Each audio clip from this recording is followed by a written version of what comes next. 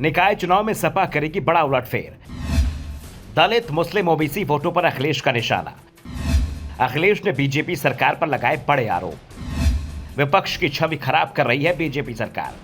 UP में निकाय चुनाव का कभी भी ऐलान हो सकता है। सुप्रीम कोर्ट ने ओबीसी आरक्षण की रिपोर्ट पर पहले ही मुहर लगा दी थी और अब हाई कोर्ट ने भी इसे लेकर दायर सभी याचिकाओं का निपटारा कर दिया है।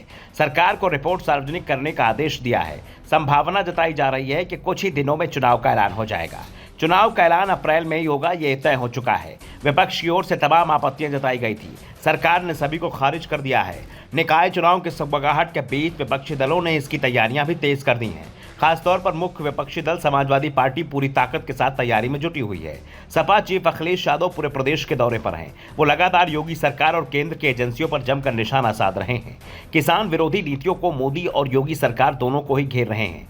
अखिलेश यादव ने इस बार फिर ट्वीट कर सरकार को घेरा है। अखिलेश ने ट्वीट किया, विपक्षी पार्टियों की छवि धूमिल करने के लिए सत्ताधारियों द्वारा पोषित वेबसाइटों, फेसबुक पेजों व अन्य सोशल मीडिया को पैसे देकर प्रचार करना लोकतांत्रिक षड्यंत्र है। इसकी गहन जांच हो और साजिशकर्ताओं के खिलाफ मामला दर्ज हो।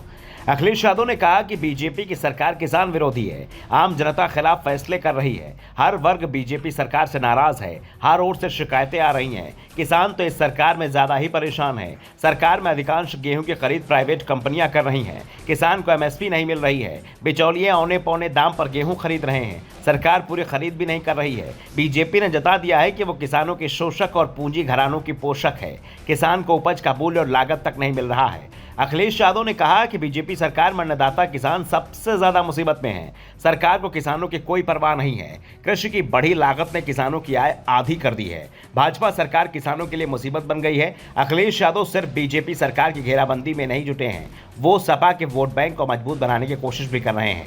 अखिलेश के निशाने पर ओबीसी वोट है। यूपी में करीब 40 से 45% के बीच ओबीसी आबादी है और सपा इस वोट बैंक को एकजुट करने की कोशिश में जुटी हुई है। इसके लिए जातिगत जनगणना का कार्ड भी चला गया है। इसका परिणाम निकाय चुनाव में दिखाई दे सकता है। अगर जातिगत जनगणना का मुद्दा चला तो फिर इसे लोकसभा चुनाव में भुनाया जाएगा। ओबीसी की तरह अखिलेश दलित वर्ग को भी अपने पाले में करने की कोशिश में जुटे हैं। 14 अप्रैल को बाबा साहेब भीमराव अंबेडकर की जयंती है और अखिलेश यादव बाबा साहेब को श्रद्धांजलि देने के लिए 14 अप्रैल को उनके जन्म स्थल मध्य प्रदेश के महू जा रहे हैं।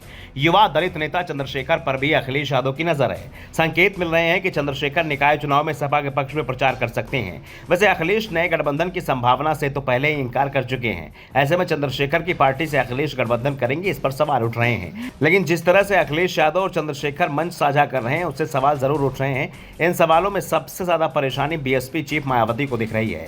अखिलेश यादव पहले ही बीएसपी कई बड़े दलित और ओबीसी नेताओं को अपने पाले में कर चुके हैं और अब उनकी नजर मायावती के वोट बैंक पर है। अखिलेश किसानों को भी अपने पक्ष में करने की कोशिश कर रहे हैं तो ओबीसी वर्ग को भी साधने की कोशिश में है। मुस्लिम वोट को लेकर सपा पहले से ही निश्चिंत दिखाई दे रही है। ऐसे में अखिलेश यादव अगर अपनी रणनीति में सफल हो जाते हैं तो फिर निकाय चुनाव में सपा बड़ा उलटफेर कर सकती है। Bureau report, the such India.